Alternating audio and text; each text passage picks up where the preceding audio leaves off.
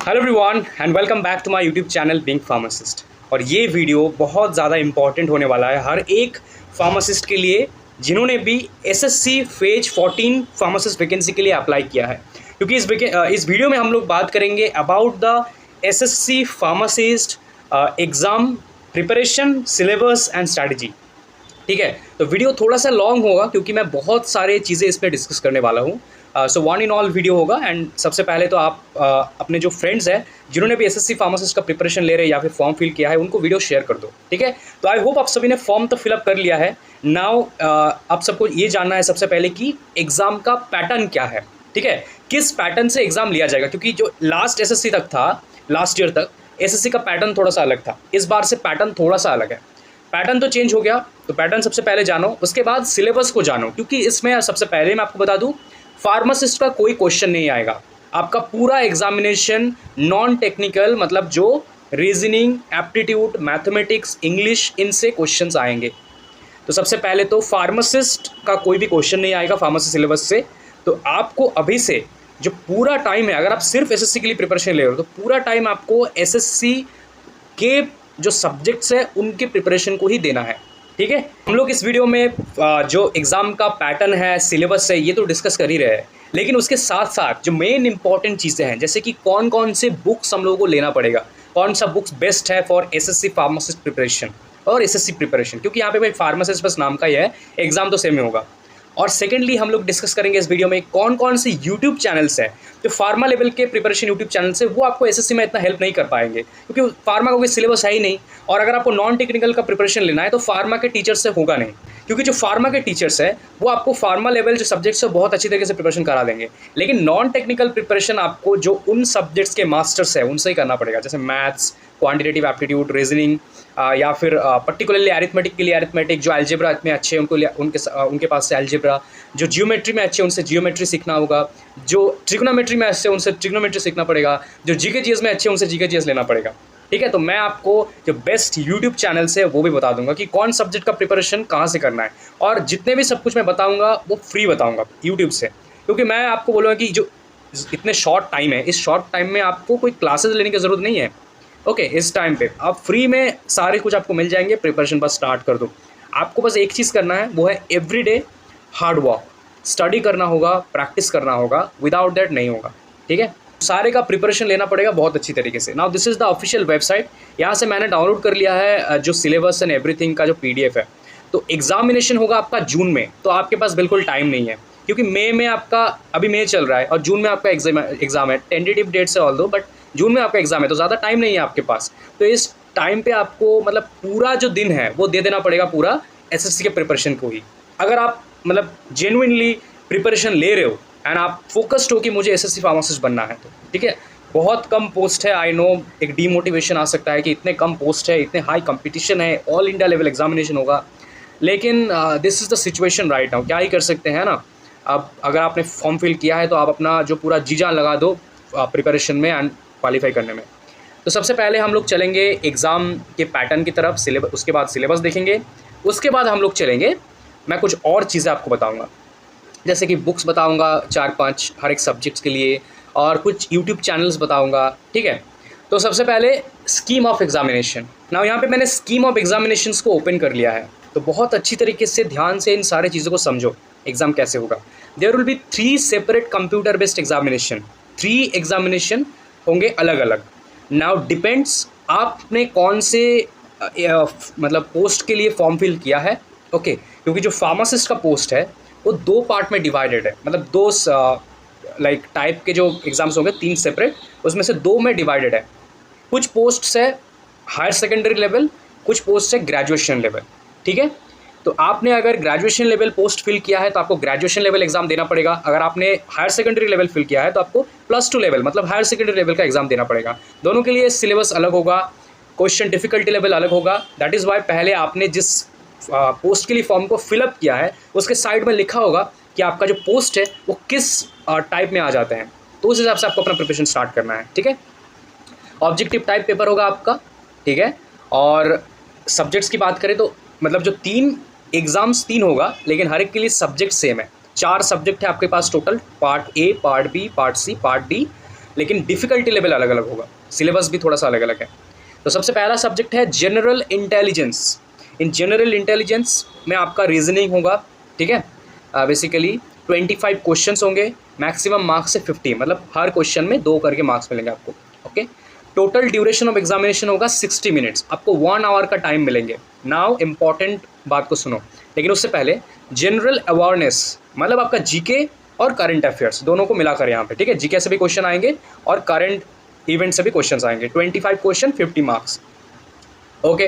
Next है mathematics, quantitative aptitude, basic arithmetic skills. तो आपका क्वांटिटेटिव एप्टीट्यूड मतलब मैथमेटिक्स का पेपर होगा, 25 क्वेश्चन 50 मार्क्स। और लास्ट में है English language in bracket basic knowledge, ठीक है, 25 क्वेश्चन 50 मार्क्स। नाउ ये जो 4 सेक्शंस हैं इनका एग्ज़ाम भी अलग अलग होगा। कैसे?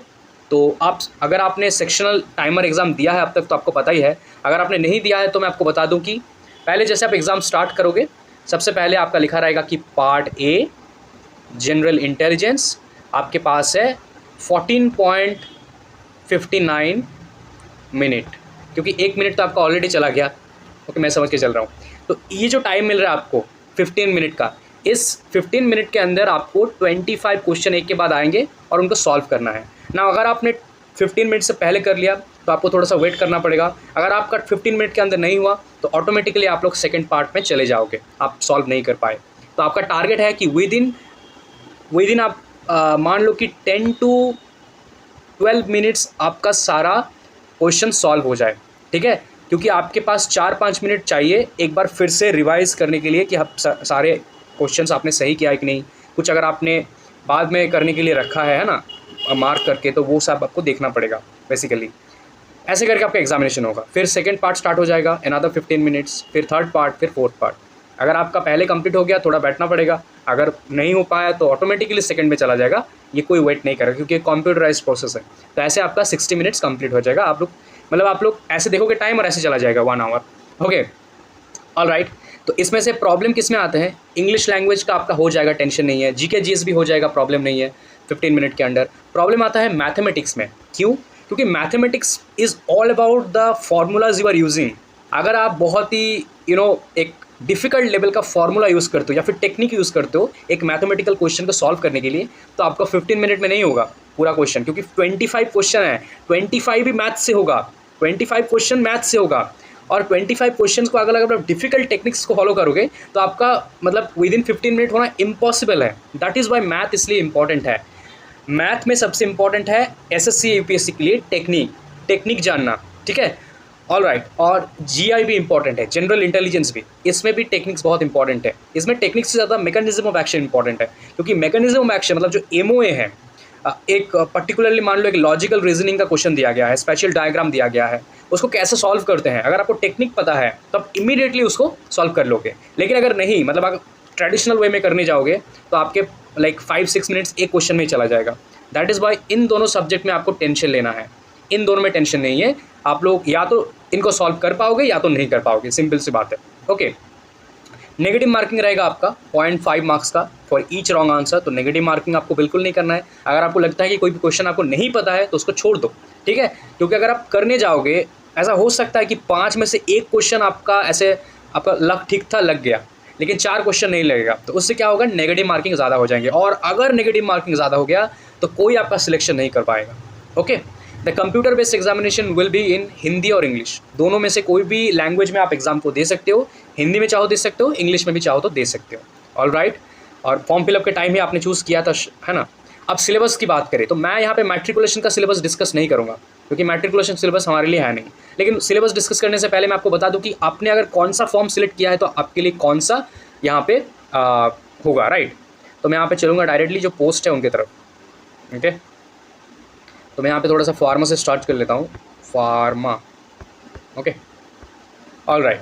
ध्यान से देखो, अगर आपने फार्मासिस्ट कम क्लर्क इस पोस्ट के लिए, ये सारे पोस्ट मतलब इन सेम नाम से सारे रीजन्स में पोस्ट आए हैं, इन सभी पोस्ट के लिए अप्लाई किया है अंडर द DGHS और DMS और DGMS, ये जो सारे डिपार्टमेंट्स हैं, तो आपके साइड में लिखा होगा, देखो, हायर सेकेंडरी लेवल। आपका सिलेबस है हायर सेकेंडरी लेवल का, आपका एग्जाम प्रिपरेशन भी हायर सेकेंडरी लेवल का होगा, आप जो चैनल्स फॉलो होंगे वो भी हायर सेकेंडरी लेवल का फॉलो करना, और आपका आंसर भी मतलब जो क्वेश्चन है उसी लेवल के आएंगे, ठीक है। लेकिन अगर आपने CGHS में अप्लाई किया है, अगर आप फार्म डी या बी फार्म वाले हो और आपने फार्मासिस्ट एलोपैथिक के लिए अप्लाई किया है, जिनमें सबसे ज़्यादा पोस्ट है 68, तो आपके पास यहाँ पे ग्रेजुएशन एंड अबव लेवल के क्वेश्चन आएंगे, ग्रेजुएशन एंड अबव। सिमिलरली अगर देखो यहाँ पे जैसे मैं बात कर रहा था, अगर आपने आयुर्वेदिक फार्मासिस्ट के लिए फिलअप किया है तो भी आपको हायर सेकेंडरी लेवल आएगा, अगर आपने होम्योपैथिक के लिए अप्लाई किया है तो भी हायर सेकेंडरी लेवल आएगा, ठीक है। ऑल राइट, उसके बाद अगर आपने जूनियर फार्मासिस्ट के लिए अप्लाई किया है तो भी हायर सेकेंडरी लेवल आएगा।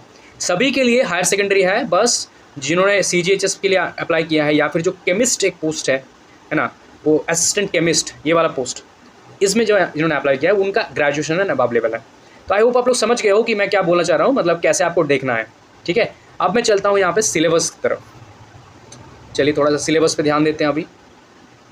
ऑल राइट, तो सबसे पहले तो जो जो हायर सेकेंडरी लेवल है, तो जनरल इंटेलिजेंस की बात करें, वीडियो थोड़ा लॉन्ग हो रहा है आई नो, बट ध्यान से देखो टाइम लेकर, अगर आपके पास अभी टाइम नहीं है तो बाद में आओ, टाइम लेकर देखना।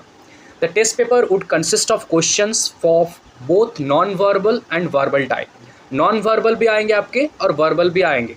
The test will include questions from analogy, symbolic operation, semantic classification, number analogy, trends, figural analogy, Venn diagrams, space orientations, drawings, symbolic classifications, figural classification, punched hole or patterns, folding, unfolding, semantic series, figural pattern, number series, embedded figures, figural series, word building, critical thinking, problem solving, emotional intelligence, social intelligence, coding, decoding, numerical operations, and other subtopics if any।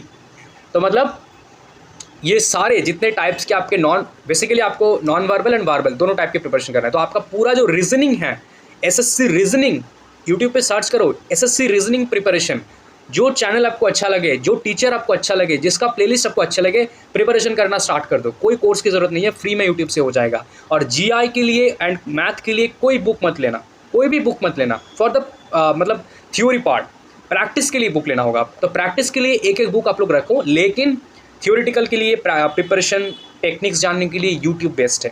हर एक teacher से नहीं, एक ही teacher जो आपको, जिनका class आपको अच्छा लगे, जो चैनल आपको अच्छा लगे, जो प्लेलिस्ट आपको अच्छा लगे, स्टार्ट कर दो प्रिपरेशन। सर्च कर दो बस कि general intelligence higher secondary level preparation, ठीक है। चलते हैं अभी अवेयरनेस पे। जनरल अवेयरनेस पे जैसे मैंने कहा आपको, test would consist of the question to test the candidates general awareness of environment and its application to the society। तो यहाँ पे the question will be designed to test knowledge of current affairs or current events and of such matters of everyday observation experience in their scientific aspect as may be expected of an educated person। The test will also include question relating to India and its neighboring countries, especially pertaining to history, culture, geography, economical science, general politics and scientific research। ठीक है, तो जैसे मैंने कहा, ये वाला part आपका है जनरल नॉलेज का और ये वाला पार्ट आपका टोटली है करंट अफेयर्स का। तो करंट अफेयर्स भी आप लोग करना related to socio economic, general politics, recent developments, Olympic and other games, world cups, उसके साथ साथ जो कल्चर इवेंट्स है, इकोनॉमिक डेवलपमेंट्स है, साइंटिफिक अचीवमेंट्स है, नोबेल प्राइज़, इन सभी के ऊपर आपको दोनों ही करना है, जनरल नॉलेज भी करना है और करंट अफेयर्स भी करना है, ठीक है। तो ये आपका जीके और करंट अफेयर्स है। नेक्स्ट है क्वांट, मतलब जो आपका मैथमेटिक्स है। इसमें आपको एरिथमेटिक्स करना है, एल्जेब्रा करना है, जियोमेट्री करना है, देन यहाँ पे मेंशुरेशन है, स्टैटिस्टिक्स है, ट्रिगोनोमेट्री है। ना मैथ के लिए भी आपको सिमिलर बोलूँगा, आप लोग सिंपली पूरा सिलेबस को स्टडी करो एक बार, है ना। जैसे कि एरिथमेटिक्स पे आपको operations, percentage, ratio, proportion, square roots, average, profit loss, then interest, simple and compound interest को अच्छे से करना। सिंपल इतना इंपॉर्टेंट, मतलब है दोनों important, but partnership business, mixture and alligation, then time and distance, time and work from arithmetic part. उसके बाद आपको एल्जेब्रा पे आना है। एल्जेब्रा के लिए basic algebraic identities in school algebra and elementary surds, simple problems, graphs, linear questions. Geometry में आपको करना है जो different factors and figures related to the triangle and its various kinds of center, similar, then circle. Okay, उसके बाद बहुत सारे, मतलब ट्रिग्नोमेट्री में जियोमेट्री में जितने सारे जो कुछ है, including the formulas. Okay, mensuration यहाँ पे है, triangle, quadrants, regular polygon, circle, right prism, right circular cone, then hemisphere, rectangular parallel pipe, then pyramid etcetera. Trigonometry आपको, ट्रिगोनोमेट्री से आपको हाइट एंड डिस्टेंस का क्वेश्चंस आते हैं basically, complementary angles, trigonometric ratios etcetera. Statistics है last में, statistics में आपका ग्राफ्स एंड टेबल्स आएंगे, histogram, frequency, polygram, bar diagram, pie chart. ये बार डायग्राम, पाई चार्ट से ज़्यादा क्वेश्चंस आते हैं। तो ये मैथमेटिक्स है। सिमिलरली आपने देख लिया पूरा सिलेबस। अब सर्च कर लो यूट्यूब पे सिंपल कि जो higher secondary level quantitative aptitude class, जिनका क्लास आपको अच्छा लगे, जिन टीचर का आपको अच्छा लगे, आप स्टार्ट कर दो प्लेलिस्ट पूरा, ठीक है। जैसे मैंने कहा, इन दोनों सब्जेक्ट्स का अलग अलग टीचर से स्टडी मत करना, अलग अलग चैप्टर अलग अलग टीचर से सीख सकते हो। मतलब जो जियोमेट्री में बेस्ट है उनसे जियोमेट्री सीखो, जो ट्रिग्नोमेट्री में बेस्ट है उनसे ट्रिग्नोमेट्री सीखो, जो एल्जेब्रा में बेस्ट है उनसे एल्जेब्रा सीखो। लेकिन एल्जेब्रा हर एक मतलब बहुत सारे टीचर से मत सीखो, क्योंकि हर एक टीचर का अपना एक स्टाइल होता है, स्टाइल ऑफ टीचिंग, है ना। हर एक टीचर का अपना मेथड्स होता है, प्रैक्टिकल एंड थ्योरेटिकल बोथ। तो इसलिए आप कंफ्यूज हो जाओगे अगर आप 2-3 टीचर से एक ही सब्जेक्ट सीखोगे। तो जिनका अच्छा लगेगा उनसे ही सीखना। उसके बाद है आपका लास्ट में इंग्लिश लैंग्वेज। इंग्लिश के लिए बहुत ही सिंपल है, आप लोग नीतू मैम का क्लास ज्वाइन कर लेना, वो इंग्लिश के लिए बेस्ट है। ओके, यूट्यूब पे आपको फ्री में मिल जाएंगे। आप लोग बस एसएससी इंग्लिश प्रिपरेशन लिख देना, A to Z आपको। यहाँ पे भी आप सिलेबस की बात करें तो फिल इन द ब्लैंक्स है, spot the error, synonyms, antonyms, then spelling mistakes, detecting misspelled words, idioms and phrases, word substitution, improvement of sentence, active or passive voice, narration, shuffling of sentences and passages। Passage होगा आपका, comprehension होगा, है ना। यहाँ पे भी आप लोग यूट्यूब से क्लास कर सकते हो। ओके, ऑल दो आप लोग जो आपके 11-12 लेवल के या फिर 10th लेवल के जो ग्रामर है, वोकाबुलरी का बुक है, ब्लैक बुक ले सकते हो आप लोग, black book of vocabulary. Okay, उसके बाद है graduation and above level. Okay, जिनका ग्रेजुएशन एंड अबव लेवल नहीं है वो इस पार्ट को स्किप कर सकते हो वीडियो में। नाउ उनके लिए भी यहाँ पे सेम है, बस आपका थोड़ा चैप्टर्स एक्स्ट्रा है और कुछ नहीं। बाकी आप देखोगे तो यहाँ पे सेम है, मतलब सिलेबस अलग नहीं है, बस डिफ़िकल्टी जो लेवल है क्वेश्चंस का वो थोड़ा सा आपका यहाँ पे ज़्यादा होगा, ठीक है। मोर डिफिकल्ट होगा क्वेश्चंस आपका। यहाँ पे भी देखो कोडिंग, डिकोडिंग, सिमेटिक एनालॉजी सारे सेम है, यहाँ पे कुछ अलग नहीं है कुछ सिलेबस। तो सिलेबस जनरल अवेयरनेस में भी सेम है, देन क्वान्टिटेटिव एप्टीट्यूड में भी सेम है, इंग्लिश में भी सेम है। एक बात का ध्यान रखना, ग्रेजुएशन पे जो ए पार्ट है, बी पार्ट है और डी पार्ट है, इनका ग्रेजुएशन लेवल का क्वेश्चन बुक्स आपको फॉलो करना है, उनसे क्वेश्चंस आएंगे। लेकिन जो पार्ट सी है, मतलब क्वांटिटेटिव एप्टीट्यूड मैथमेटिक्स, इनमें आपका 10th स्टैंडर्ड से आएंगे। जैसे यहाँ पे लिखा है the question of part C will be of 10th standard. तो मैथमेटिक्स आपका सेम होगा, ठीक है, 10-12 लेवल का। ऑल राइट, तो ये हो गया पूरा सिलेबस डिस्कशन। तो हमने सिलेबस देख लिया। अब मैं आपको कुछ बुक्स बता दूंगा जिनको आपको फॉलो करना है, ठीक है। तो सबसे पहले तो क्वांटिटेटिव एप्टीट्यूड के लिए एंड रीजनिंग के लिए आप लोग थ्योरेटिकल कोई बुक प्रैक्टिस मत करो, इतने शॉर्ट टाइम में आपका नहीं होगा। आप लोग सिंपली यूट्यूब पे जाओ और सर्च कर लो जिनका आपको पेज अच्छा लगे, मतलब चैनल अच्छा लगे। लेकिन इंग्लिश के लिए आप एक बुक रख सकते हो और जीके जीएस के लिए आपको बुक रखना पड़ेगा, ठीक है। जो रिसेंट 6 मंथ्स पे जो करंट अफेयर्स है या फिर लास्ट 1 ईयर के जो करंट अफेयर्स है उनको आपको स्टडी करना है, पूरा जानना है। प्लस जो जीके का बुक है वो आपको रखना पड़ेगा। तो जो भी इम्पॉर्टेंट बुक्स है फॉर दी एसएससी, उन सभी का मैंने जो डिस्क्रिप्शन बॉक्स है उनमें टैग कर दिया है। जैसे जीके के लिए बुक, ज़्यादा बुक्स मैंने यहाँ पे मेंशन नहीं किया है क्योंकि एक बुक काफ़ी है। इंग्लिश के लिए, रीजनिंग एंड मैथमेटिक्स के लिए ओनली प्रैक्टिस एमसीक्यू बुक, और यहाँ पे इंग्लिश हो गया, जीके जीएस हो गया, ये 4 सब्जेक्ट्स है टोटल आपका। तो इन सभी के लिए 4-5 बुक्स मैंने यहाँ पे नीचे डिस्क्रिप्शन बॉक्स में दे दिया है, जाके आप लोग डायरेक्टली परचेस कर लो। ओके, नाउ मैं आपको कुछ यूट्यूब चैनल्स बता दूंगा जिनसे आप एसएससी का प्रिपरेशन ले सकते हो, specifically for the general science, general knowledge, current affairs and English, reasoning, aptitude, ठीक है। सबसे पहले मैं आपको बताना चाहूँगा फॉर्मर एसएससी के बारे में। This is the YouTube channel जहाँ पे आपको जो आपका जो जीके करंट अफेयर्स का जो सेक्शन है वो आपको यहाँ पे बेस्ट मिलेंगे प्रैक्टिस एंड प्रिपरेशन करने के लिए। दिस इज़ यूट्यूब चैनल जहाँ पे आपको सारे कुछ मिल जाएंगे, ठीक है। नेक्स्ट यूट्यूब चैनल मैं बताना चाहूँगा वो है एसएससी वाला। ओके, ये भी एसएससी के प्रिपरेशन के लिए बेस्ट है। जैसे आप देख सकते हो इन्होंने फेज 14 का preparation and previous year question paper, practice सब कुछ स्टार्ट कर दिया इन्होंने। ओके, उसके बाद है अड्डा 24/7 एसएससी। इन्होंने भी जो इनका जो चैनल है ये भी एसएससी के प्रिपरेशन के लिए डेडिकेटेड है और बेस्ट प्रिपरेशन कराते हैं। बहुत सारे आपको वीडियोज़ मिल जाएंगे। तो हमने अभी तक बात किया अड्डा 24/7 एसएससी वाला एंड फार्मर एसएससी। इसके बाद है टेक्स्ट बुक एसएससी। ये भी बहुत अच्छा है, एक like channel for the preparation. जैसे आप देख सकते हो एसएससी एग्ज़ाम्स प्रिपरेशन। तो मैं आपको बोलूँगा कोई पेड कोर्स मत लेना। बहुत सारे यहाँ पे बोला जाएगा कि पेड कोर्स लेने के लिए आपके पास इतना टाइम नहीं है। जो फ्री में आपको मिल रहे हैं क्लासेस, उनसे आपका प्रिपरेशन हो जाएगा। बस आपका मैथ का एंड रीजनिंग का थोड़ा सा ज़्यादा प्रिपरेशन चाहिए, और इंग्लिश आपका क्लियर कर लेना, थोड़ा सा grammar and vocabulary and comprehension थोड़ा सा प्रैक्टिस कर लेना। और उसके साथ साथ जीके जीएस आप लोग जितना अपडेट ले पाओगे उतना आपका बेटर है, क्योंकि उनका सिलेबस ह्यूज है, वो आप कंप्लीट नहीं कर पाओगे। और अनदर है दृष्टि एसएससी, ये भी बेस्ट चैनल है एक आपका एसएससी के प्रिपरेशन के लिए, ठीक है। तो ये कुछ 5 चैनल्स मैं बता दिया आपको, एसएससी वाला, आडा 24/7, Drishti SSC, textbooks and पामा एसएससी। ये 4-5 यूट्यूब चैनल्स बेस्ट है, इनसे आपका पूरा प्रिपरेशन कंप्लीट हो जाएगा, ठीक है। ऑलराइट, इसके साथ आप लोग जो नीतू मैम के चैनल है इंग्लिश के लिए, इनसे आप इंग्लिश सीख सकते हो। इंग्लिश आपका बेस्ट होगा इस चैनल से, ठीक है, एसएससी के लिए।